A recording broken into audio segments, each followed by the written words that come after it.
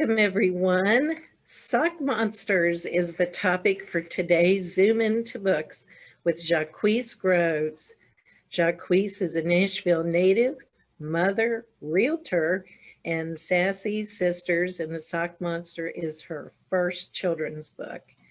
And it recently won a Next Generation Indie Book Award. Welcome to Zoom Into Books, Jacquese. Thank you. Thank you for having me. I'm excited to be here. You have a very unusual book, and I would like for you to tell the viewers a little bit about yourself and the inspiration for your book, please.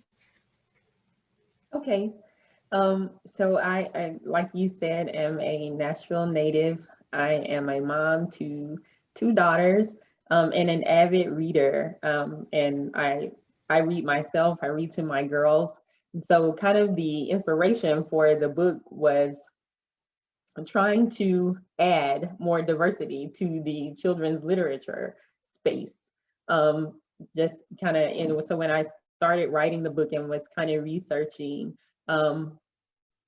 diversity in children's lit, the Cooperative Children's Book Center published that only in 2018, only 11.7% of the children's books published that year featured a Black or African American protagonist.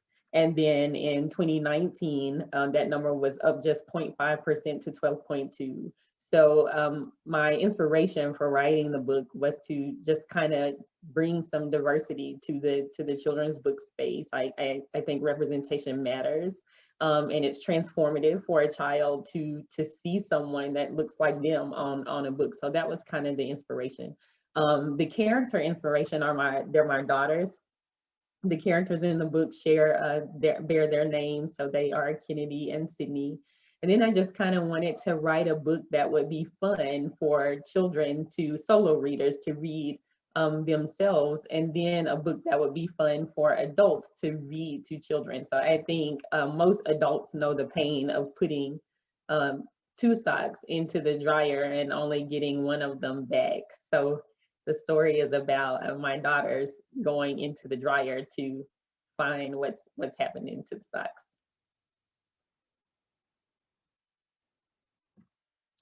I think a lot of people can identify with that, whether it's socks, underwear, whatever. It's always been a mystery.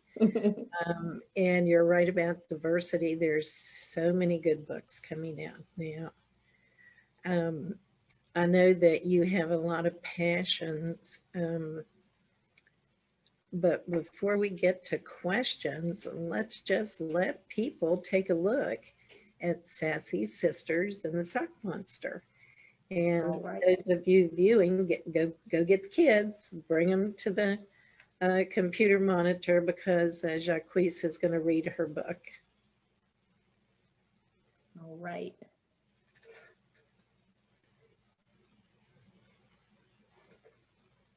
Can you see that? Yes, we can. It looks great. Okay. All right.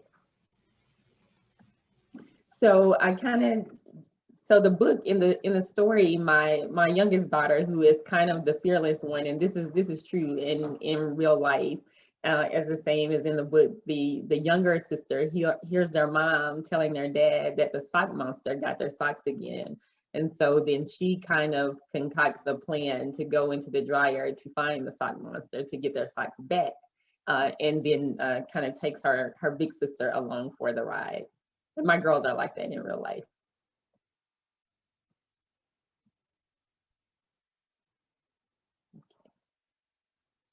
One night when mommy and daddy were folding the laundry, I heard her tell him that the sock monster got our socks again. The sock monster, I whispered. I ran upstairs to my big sister's room. I'm going to see a monster about some socks. Wanna come? She laughed and said, what are you talking about, Sydney? I heard mommy tell daddy that the sock monster got our socks again. So I'm going to find him and get our socks back. She didn't seem too sure about my plan, but since she's my best friend, she said, let's go, sister girl. So this is pretty accurate. Like in real life, my youngest one is super fearless. And so she's almost always gonna be the ringleader in some sort of mischief and getting her sister to go along for the ride. And so I really liked making that the case in this book, where it was kind of the little sister that takes charge, and then kind of ropes in her big sister. Okay, so we tiptoed downstairs past mommy and daddy and into the laundry room. This is my girls' real mommy and daddy. So these characters were kind of fashioned in my likeness and also my husband's. So what's the plan if we find the sock monster? Kennedy whispered. We're gonna get our socks back, obviously. Aren't you scared? It takes a lot more than a monster to scare me. Kenny laughed and said, okie dokie, I think we need a flashlight. Kennedy stood on the stepladder and grabbed the flashlight. Then we opened the dryer and climbed in. Turn on the flashlight, I said. Kennedy turned on the light and we both gasped. There really was a sock monster, and it was a girl. I thought monsters were boys. Jumping jacks, the monster exclaimed. Who are you and what are you doing in here? I'm Sydney, and this is my big sister Kennedy. This is our dryer, and you're stealing our socks. The monster looked surprised and hurt. No, I'm not. Then what's that on your head? Sydney said. This? My hat. That's not a hat. That's my sister's favorite yellow sock. Socks? Yes. Why are you stealing our socks? I'm not stealing your socks, whatever those are. You're stealing my hats. How did you get in here? Kennedy asked. And so this was hard with the illustrator trying to figure out how the sock monster actually got into the dryer. So there is on the next page, you'll see where she's kind of pointing to an opening. I went back and forth about this, and then I remembered that it's fiction, and so I can just kind of go anywhere I want with the fiction book. So it doesn't have to really make sense. She pointed to an opening in the bottom of the dryer that I had never noticed before. You've got some explaining to do, Missy, Kennedy said. All right, fine. I was just trying to keep my head warm, the sock monster said. I'll give you back your so-called socks, but only under one condition. What is it? Kennedy asked. Don't tell your mommy and daddy that you saw me in here. Only if you promise not to steal any more of our socks, Kennedy said. Promise, no more stealing. Good, now give them back, Sydney said. No can do. I'll put them back when your mommy puts more clothes in the dryer. I want to make sure that you don't tell. How do we know you'll give them back? Sydney asked. You'll just have to believe me. So this was, I kind of, when I wrote this piece of it, I didn't want the sock monster to kind of cave to their demand. I wanted to be a situation where the girls kind of had to figure out how to negotiate with her to get what they wanted. And also, originally, I kind of had her apologizing for stealing the socks. And then it became a question of, well, what is she apologizing for if she doesn't feel like she's doing anything wrong? She thinks that the socks are hats. So, and is apparently entitled to them. So that was kind of a little back and forth with fleshing out the story. Okay, no way, Kennedy snapped. We don't trust you because you've been stealing. Okay, I guess that's fair. I'll give them back, but you gotta turn around. Why? Sydney asked. I don't want you to see where I hide them, lady. Come on, Sydney, let's just turn around, Kennedy said. It's hot in here and I'm ready to get out. So with this page, these 2 pages, Sydney has kind of been in charge for most of the story. So when I have Kennedy, I decided to make Kennedy be the one to say, no, we don't trust you. We're not making a deal with you. Kind of sort of the big sister stepping in and taking control of the situation. Okay, sis, Sydney said. We turned around. We heard the monster making some noise, and then she said, okay, you can look now. She was holding the missing mates to 6 pairs of our socks. I grabbed them and slipped them in my pocket. Can I keep the hat that I'm wearing? No, and it's not a hat, Kennedy said. But since you promised to stop stealing, you can have the ones that I'm wearing after mommy puts them in the dryer. They're getting too small. She looked at Kennedy's socks and her face lit up. Deal. We shook hands with the sock monster and Kennedy and I climbed out of the dryer. Just as we closed the dryer door, mommy came into the laundry room. What are you girls up to? Oh, nothing, mommy. We were just looking for the sock monster. And so here, I didn't want the girls to lie about what it was that they were doing. I wanted them to tell the truth in knowing that mommy likely would not believe that they were looking for a monster, even though they're telling the truth about what it is that they were doing. It says, mommy shook her head and laughed. Okay, girls, did you find him? The girls looked at each other and Sydney spoke first. Maybe we did, maybe we didn't. But don't worry, Kennedy said. I don't think any more of our socks will go missing. All right.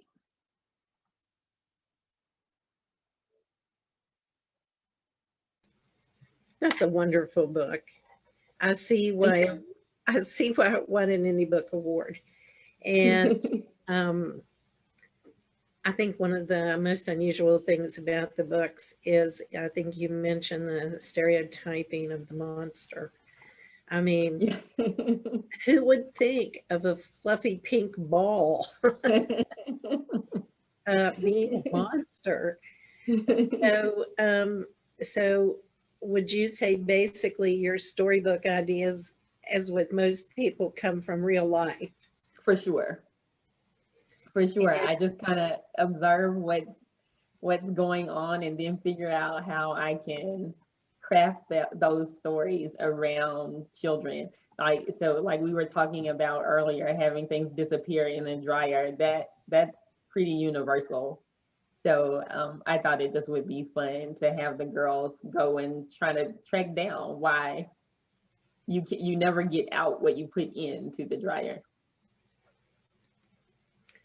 That's true, and it happens to everyone. Mm-hmm. So let's go back to your career and your name. You have a beautiful first name. Thank you. Where is that a family name? So my name is Jacquese Trinae. My mom's oldest sister's name is Jacqueline. And my mom's name is Katrina. Everyone calls her Trina. So it's kind of a play on both of those names. So Jacqueline and Trina. So Jacquese Trinae. Oh, that's beautiful. And you also told me that I know you pull your stories from your personal history, but you have quite a big family. I do. Both of my parents are one of 10. So I have a ton of aunts and uncles and cousins. I only have one sibling, a younger brother, but I have a big family. So there's no shortage of material. I was going to say, that helps bringing the stories on, that's for sure. So I noticed in your bio, you're part of a nonprofit organization called Bookem. Mm-hmm. Would you like to tell us about that? Mm-hmm. So Bookem is a local childhood literacy nonprofit. I sit on Bookem's board and also work with the organization as a volunteer reader.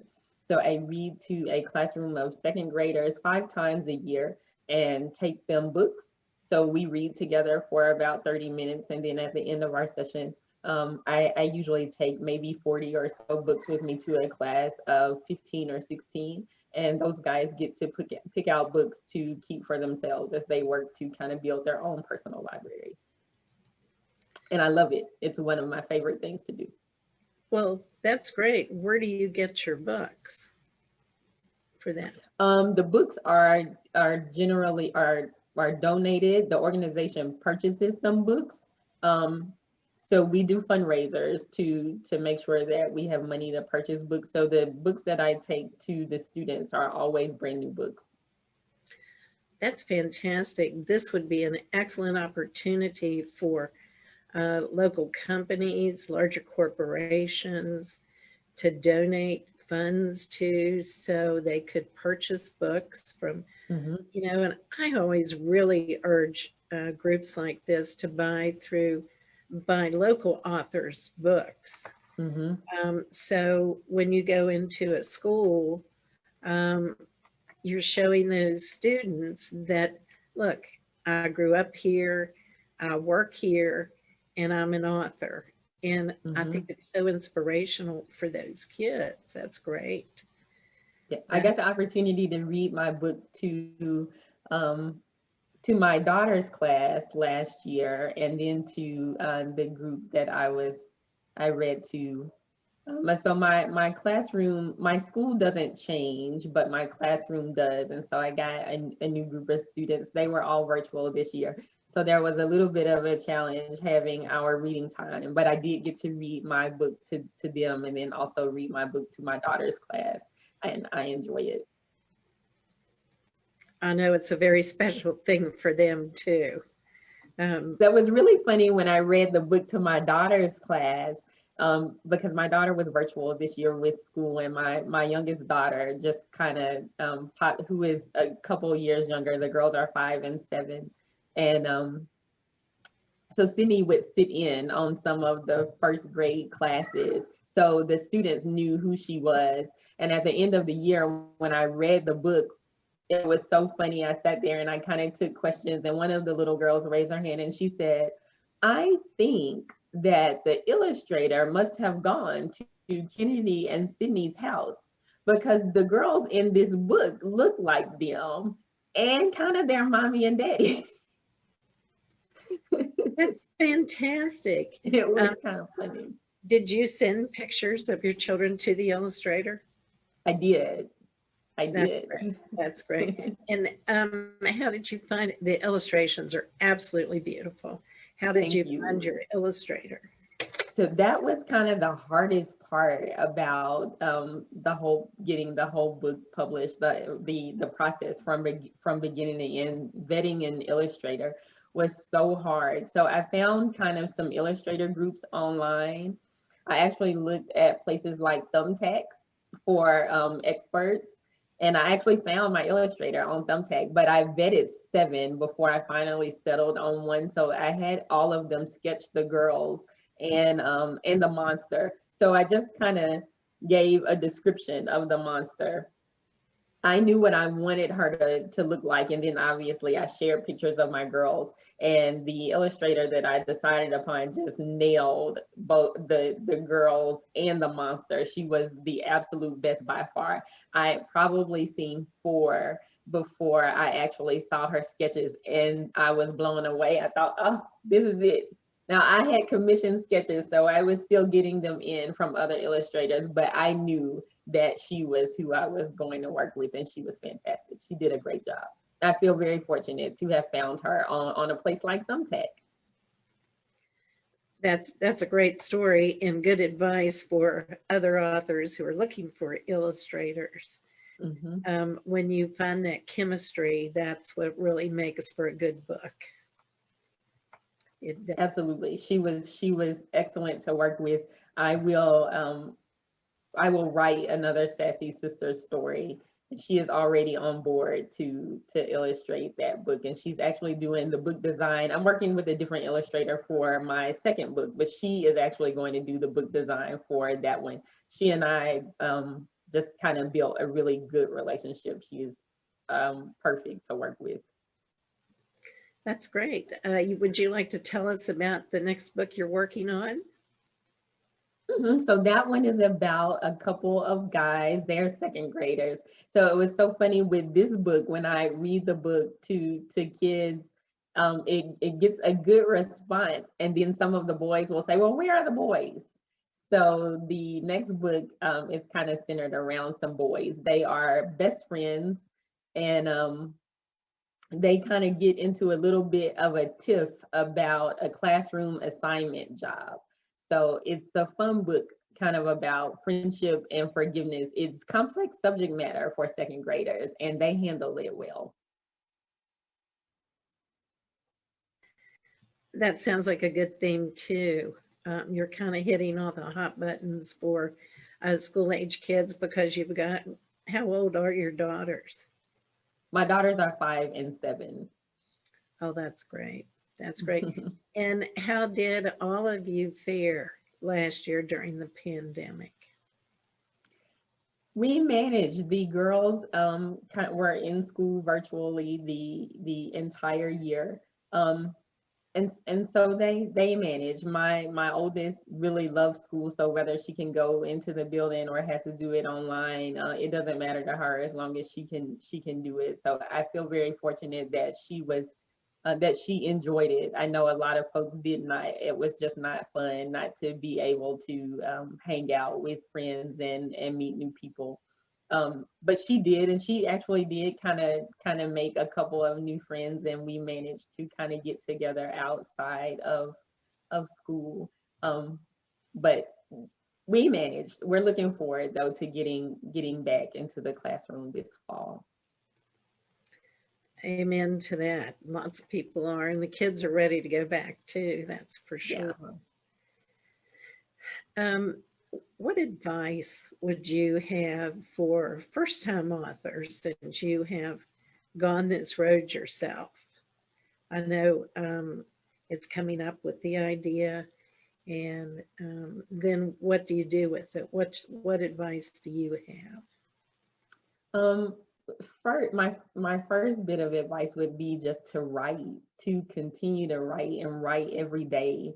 You kind of gotta immerse yourself into the world of being an author, being a writer, and that only comes from actually engaging in the practice of writing.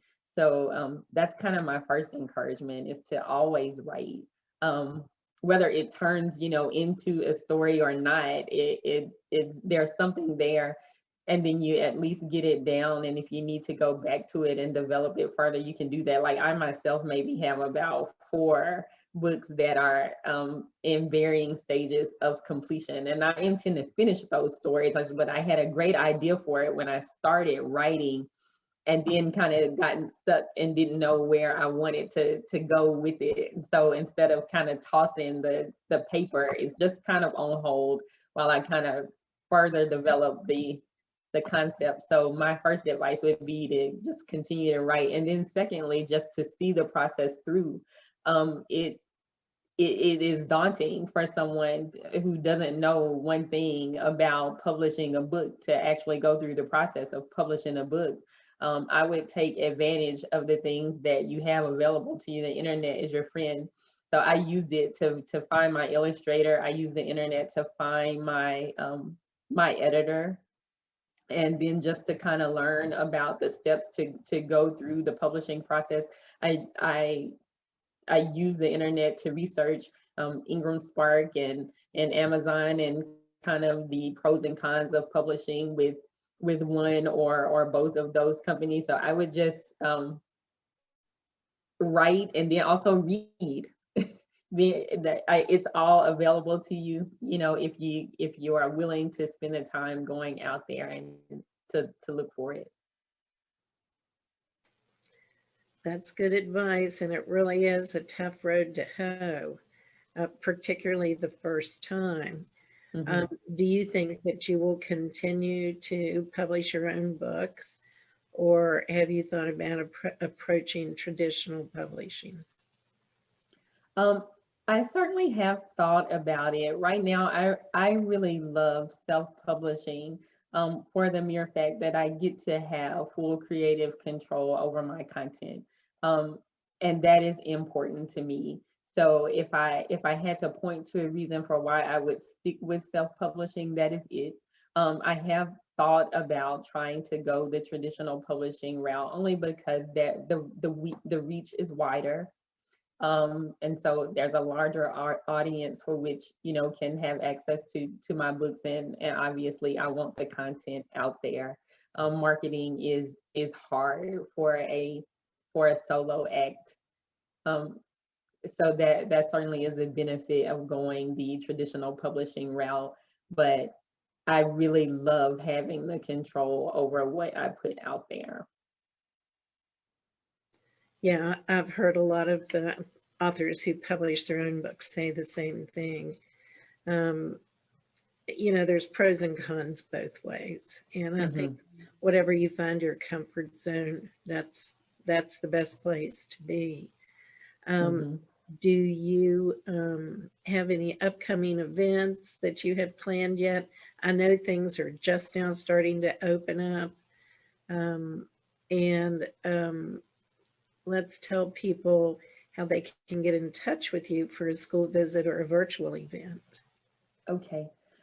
So I do intend to do a book signing here sometime early fall, once the second book has been released. So I'll be there signing both books. That's something that's kind of in the works because I didn't get an opportunity to do a book signing with this book. This all happened kind of during the height of the pandemic. It came out last October. So I'm looking forward to kind of getting out and getting to share the book in that way. Here in Nashville, our students are headed back to class in person. So I will get a new group of second graders to read to this year. So I'm looking forward to that. That will start in October. Otherwise, you can find me online on my website. It's jacquesegroves.com, and on Instagram at I am Jacquese Groves. That's great. And I think that Dolly Parton's missing out if she doesn't pick you up as part of her book reading series. I'm serious. You're a native. And as we were talking before, there's not a lot of natives there, right? No, I'm a little bit of a unicorn. That's that would true. be great. I love Dolly's program. But my daughters were enrolled in the Imagination Library program, and we got books every month until the girls turned 5, and we loved them. We recently donated all of those books that they've gotten and kind of outgrown, but that program is fantastic. I would love to be affiliated with it. That's one thing a lot of people don't realize. When you donate books or donate to a group like Bookem, those books go to students at no cost. They take them home, they love them, they read them, and then when those children grow up, the families generally donate them to a library or to other families. So when you donate to groups like this, it really is an enduring gift, and one of the best that I can think of, because it's a sad thing when kids don't have books to read. That's for sure. Jacquese, tell us who your favorite author is. What do you read when you get time to read? So I love Victoria Christopher Murray. So when I have a chance to read, I like I'm into fiction.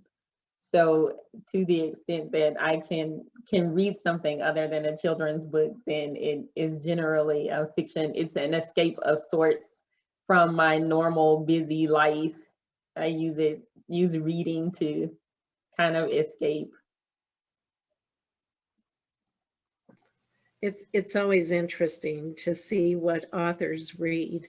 And one of the best research I know that you can do if you want to be any kind of author, but particularly a children's book author, is to go read Just to every book you read. get your hands on, particularly in the genre that you want to write in.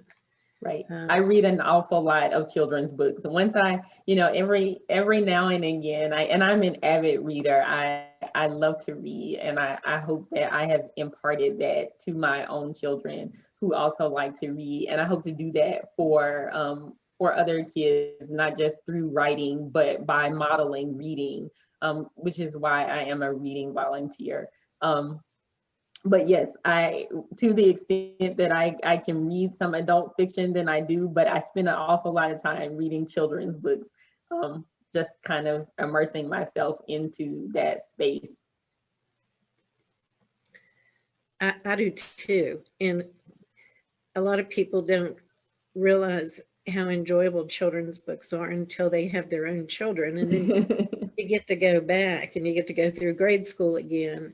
And Yeah. another market that I always encourage children's book authors to remember is the people that are in nursing homes. This is a great market for children's books. They love children's books. And when you have time, go make a visit and visit with some of the people, whether you have relatives there or not. And we do a lot of events. I know every state has a book festival. We go to the West Virginia Book Festival, and I know Nashville has Killer Nashville. That's not the best for your book, but there is a family conference there, used to be. I think they're in Nashville, that includes family and children's books.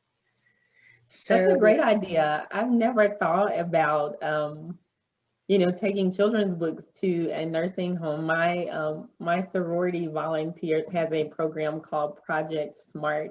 So we have a partnership with one of the local nursing homes. So we go there and kind of do activities with the residents. So it's either exercising or playing bingo, those kinds of things. It has never occurred to me to take children's books. So I might look into that this year. They love them. Everybody loves them. And it reminds them of their favorite books. A friend of mine was just invited to a baby shower, and they were asked to bring their favorite book, whether it was new or not, as a gift for the baby and to inscribe it. And I know a lot of people are doing that now, and it's such a wonderful thing to do for children. So as they grow up, they have all different ages of books to read. Well, we still have some time left, and we've had several people join us late, and they are asking if you would please read your book one more time before we say goodbye. Okay, absolutely. Let's see here. I can share my screen.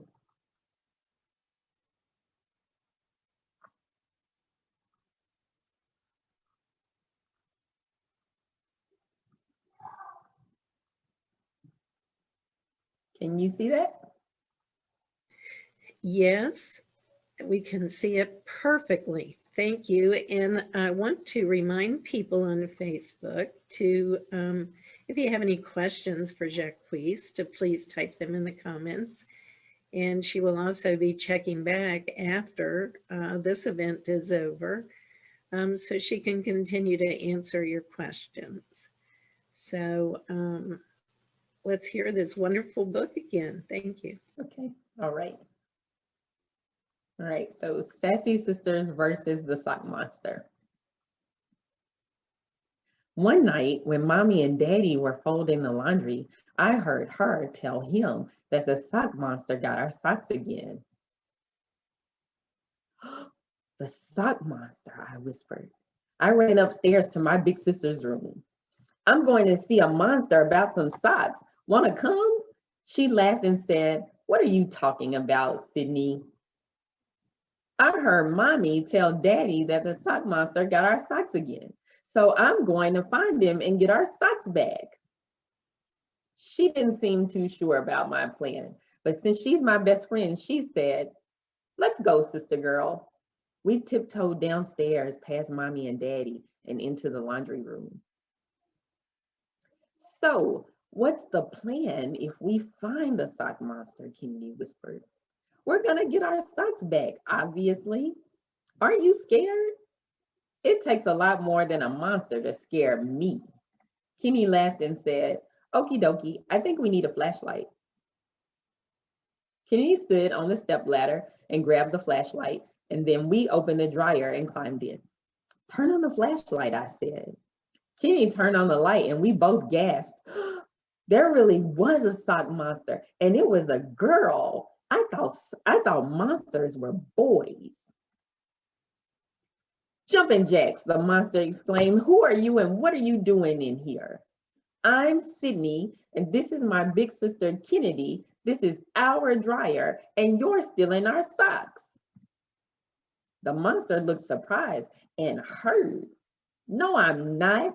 Then what's that on your head? Sydney said. This? My hat. That's not a hat. That's my sister's favorite yellow sock. Socks? Yes. Why are you stealing our socks? Kennedy asked. I'm not stealing your socks. Whatever those are, you're stealing my hats. How did you get in here? Kennedy asked. She pointed to an opening in the bottom of the dryer. I never noticed that before. You've got some explaining to do, Missy, Kennedy said. All right, fine. I was just trying to keep my head warm, the sock monster said. I'll give you back your so-called socks, but only under one condition. What is it? Kennedy asked. Don't tell your mommy and daddy you saw me in here. Only if you promise not to steal any more of our socks, Kennedy said. Promise, no more stealing. Good, now give them back, Sydney said. No can do. I'll put them back when your mommy puts more clothes in the dryer. I want to make sure that you don't tell. How do we know you'll give them back? Sydney asked. You'll just have to believe me. No way, Kennedy snapped. We don't trust you because you've been stealing. Okay, I guess that's fair. I'll give them back, but you gotta turn around. Why? Sydney asked. I don't want you to see where I hide them, lady. Come on, Sydney, let's just turn around, Kennedy said. It's hot in here and I'm ready to get out. Okay, sis, Sydney said. We turned around. We heard the sock monster making some noise and then she said, okay, you can look now. She was holding the missing mates to 6 pairs of our socks. I grabbed them and slipped them in my pocket. Can I keep the hat that I'm wearing? No, and it's not a hat, Kennedy said. But since you promised to stop stealing, you can have the ones that I'm wearing after mommy puts them in the dryer. They're getting too small. She looked at Kennedy's socks and her face lit up. Deal. We shook hands with the sock monster and Kennedy and I climbed out of the dryer. Just as we closed the dryer door, mommy came into the laundry room. What are you girls up to? Oh, nothing, mommy. We were just looking for the sock monster. Mommy shook her head and laughed. Okay, girls, did you find him? The girls looked at each other and Sydney spoke first. Maybe we did, maybe we didn't.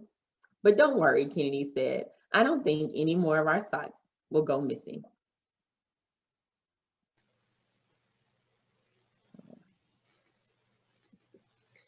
It's a great book.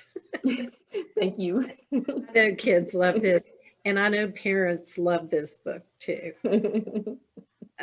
We have been talking today and meeting Jacquese Groves. She lives in Nashville, Tennessee, and Sassy Sisters versus the Sock Monster is her debut picture book. One more time, Jacquese, before we leave, please tell people how to get in touch with you. On my website, online at jacquesegroves.com, and then on Instagram at I am Jacquese Groves, and also on Facebook, just under my name, it's Jacquese Groves. Fantastic. Thank you so much. And thank you so much for coming on to Zoom Into Books. It's been a pleasure meeting you. And I hope you'll come back when you have a new book. Would love to have you back. Thank you, Kathy. Absolutely. Thank you. And we'll see everyone next time. Thank you so much.